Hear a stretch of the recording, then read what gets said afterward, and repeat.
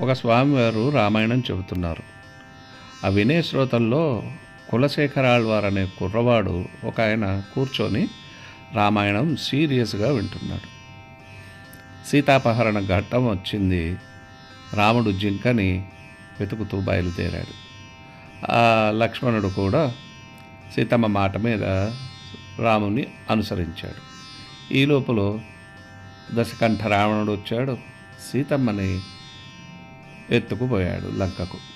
ఆ విషయం వినగానే కోపం వచ్చిన కులశేఖరుడు ఆ రావణాసురుడిని నేను చంపేస్తానని చెప్పి ఒక కత్తి తీసుకొని ఒక గుర్రం మీద ఎక్కి లంక వైపు బయలుదేరాడు. సముద్రం చేరాడు.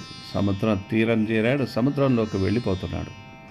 కొంత దూరం వెళ్ళిన తర్వాత ఆ సముద్రంలో మునిగిపోతాడు అనుకున్న ఆ సమయంలో స్వామి రాముడు అమ్మవారిని చేతులతో ఎత్తుకొని ఆయనకు దర్శనమిచ్చారు. జై శ్రీరామ్.